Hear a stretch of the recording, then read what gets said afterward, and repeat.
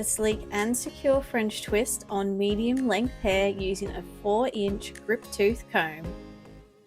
Start by gathering your hair into a low ponytail and use the teeth of the comb to help smooth the hair.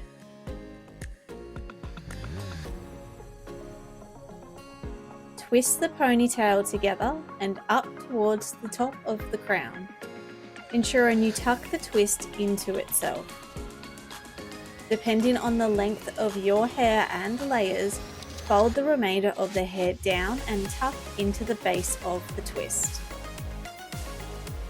With a firm hold, use the grip-tooth comb to smooth and comb the hair over, capturing some of the outer layer of the twist with the teeth of the comb.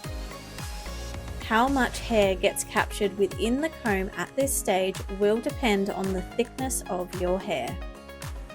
Then flip the comb and carefully insert it into the base of the twist, ensuring that the full length of the twist is secured by the teeth of the comb. Then smooth the hair down with just your hands or the help of some products, and you will have a sleek and secure classic French twist hairstyle using just one grip-tooth comb.